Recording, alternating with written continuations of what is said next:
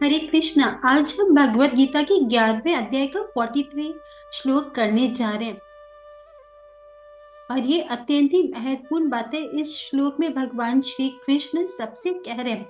और विशेष रूप से अर्जुन के माध्यम से हम सबको ये दिव्य ज्ञान प्राप्त हो रहा है। ध्यान दीजिए, जितना भी ज्ञान हमें संसार में प्राप्त होता है वह सारा भौतिक ज्ञान होता है।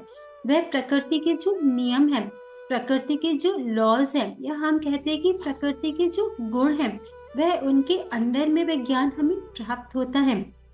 लेकिन प्रकृति के बियॉन्ड भी एक सृष्टि है, और जो आध्यात्मिक सृष्टि है, सच्चिदानंद में सृष्टि है, वह सदा रहने वाली चेतन है। और सदा उन चेतन तत्वों को आनंद की अनुभूति होती है। यही स्पिरिचुअल वर्ल्ड है, और भगवान इस स्पिरिचुअल वर्ल्ड के निवासी हैं। और जो जीवात्माएं भगवान को नहीं चुनती, जो अपने में सुख ढूंढती हैं, जो संसार में सुख ढूंढती हैं, मतलब भगवान से अलग होकर सुख ढूंढते हैं, तो वह इस भौतिक प्रकृति में रहते हैं। देखिए, यहाँ हम सीधा से एग्जाम्पल ले सकते हैं कि यदि कोई सरकार के नियमों का, लॉ का पालन नहीं करेगा, तो उसका जो संसार होगा वो नॉर्मल संसार से अलग जेल में होगा। देखिए, जेल के अलग नियम होते हैं, और उन नियमों में रहकर वह सुधर जाता है, फिर वह बाहर आता है और फिर वह नॉर्मल लाइफ जीता है। ठीक उसी प्रकार से ये जो भौतिक जगत है, जहाँ लोग ये कंप्लेन करते हैं कि भगवान है कहाँ, भगवान तो हमें दिखते ही नहीं। तो देखिए, जेल के अंदर आपको बड़े बड़े लोग, प्रतिभाशाली लोग नहीं दिखेंगे। जेल के अंदर हमें केवल क्रिमिनल्स ही मिलेंगे, जिन्होंने कोई ना कोई क्राइम किया है वही मिलेंगे। तो भौतिक जगत से देखिए बाहर आ जाए, फिर आपको जो सबके स्वामी, सबके मालिक, सबके पिता, आपके भी मेरे भी सबके पिता भगवान श्री कृष्ण भी मिलेंगे। और आज के श्लोक में देखिए अर्जुन क्या कह रहे हैं। इस श्लोक में अर्जुन कह रहे हैं कि हे कृष्ण, आप इस चराचर संपूर्ण दृश्य जगत के जनक हैं, पिता हैं। आप परम पूज्य महान आध्यात्मिक गुरु हैं। तो देखिए ध्यान दीजिएगा, पिता वो होते हैं जिनसे हम उत्पन्न होते हैं, और गुरु वो होते हैं जो हमें आध्यात्मिक जगत में लेकर जाते हैं, जो हमें इस भौतिक थिंकिंग से बाहर निकालते हैं। तो भगवान श्री कृष्ण दोनों रोल्स को एक साथ निभाते हैं, क्योंकि वह हमारे नित्य पिता हैं, हम उनके नित्य सेवक हैं। और कृष्ण हमारे गुरु भी हैं, क्योंकि वे हमें आध्यात्मिक ज्ञान देते हैं। क्योंकि वह आध्यात्मिक ज्ञान, ये भगवत गीता आध्यात्मिक ज्ञान है, ये भागवत पुराण, ये वेद, ये उपनिषद, यही तो आध्यात्मिक ज्ञान है। और सबसे महान ज्ञान भागवत पुराण में दिया गया, श्रीमद् भागवतम में दिया गया है, बताया गया है। देखिए, आध्यात्मिक गुरु हैं।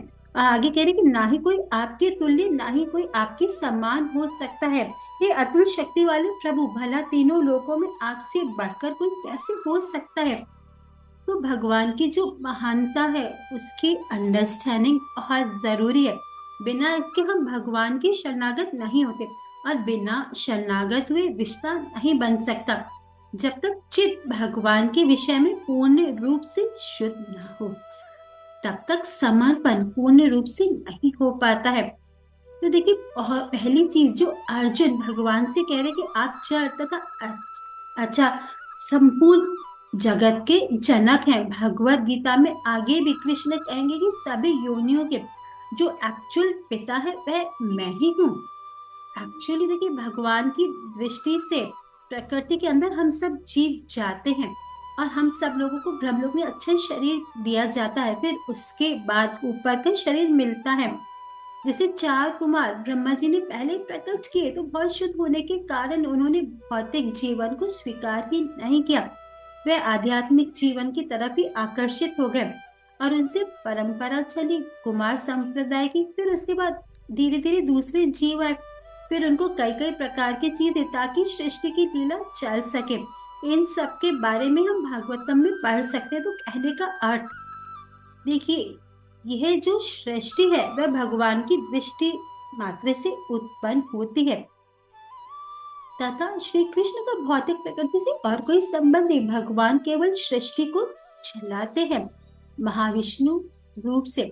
भगवान देखिए उनसे रिश्ता रखते हैं, जो भगवान की ओर मुड़ जाते हैं, जो भगवान से प्रेम विकसित करते हैं, तो ये भगवान की क्वालिटी है जो हमें सदा याद रखनी है। इसीलिए हम इस स्पिरिचुअल लाइफ की प्रैक्टिस कर रहे हैं कि हमारा जो मन है वह सांसारिक रस में पूरी तरीके से डूबा हुआ है। सांसारिक आराम, देह का आराम, मन की खुशी, इंद्रियों का भोग, इसमें पूरी तरीके से हमारा चित्त है।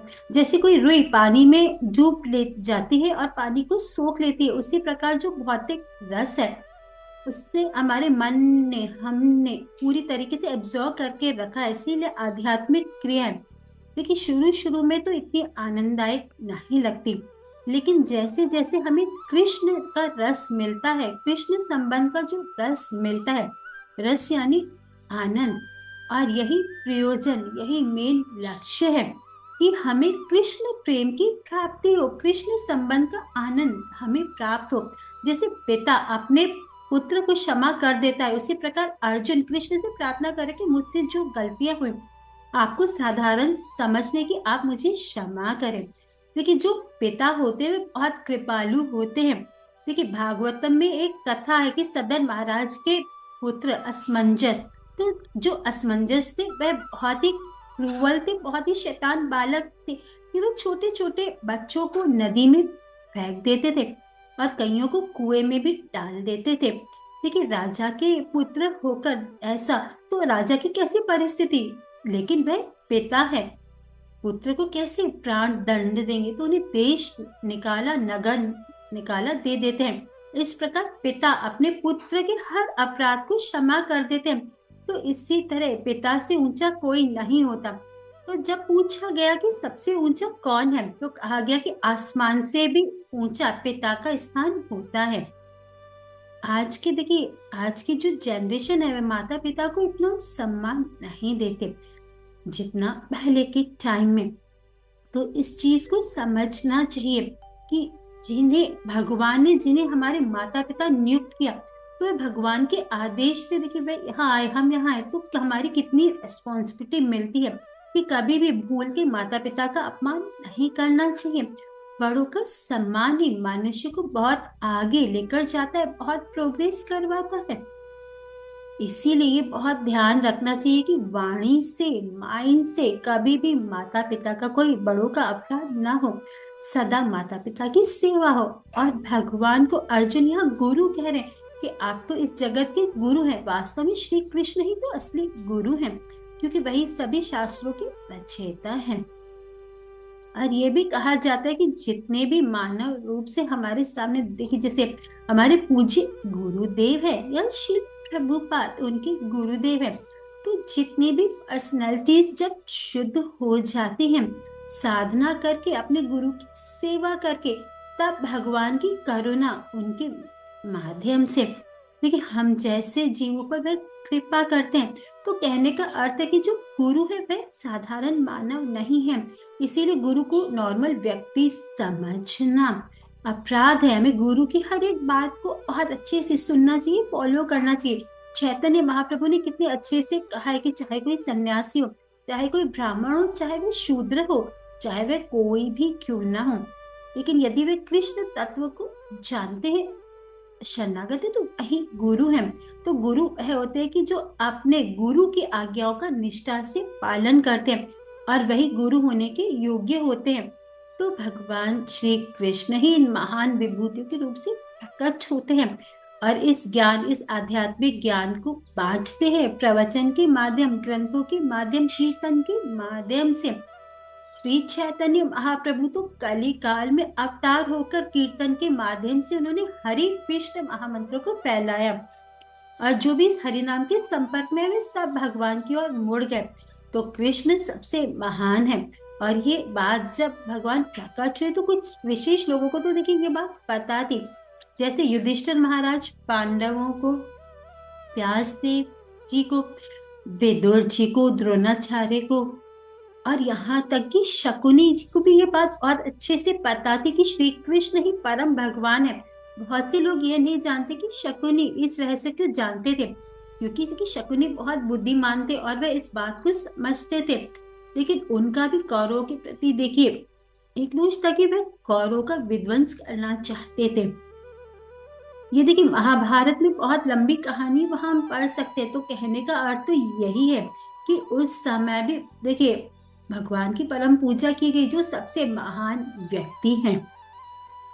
जब शिशुपाल ने भगवान श्री कृष्ण के बारे में बुरा भला कहा, तो भगवान ने शिशुपाल का वध करके उसे सायुज्य मुक्ति प्रदान की।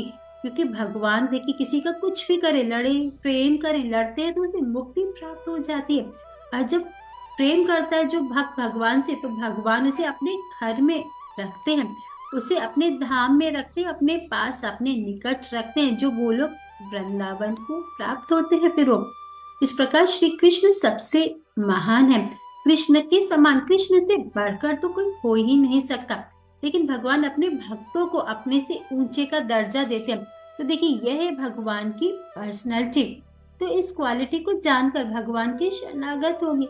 भगवान कहते हैं कि जो मेरा भक्त है वह मेरा भक्त नहीं, जो मेरे भक्तों का जो भक्त है वह मेरा असली भक्त है।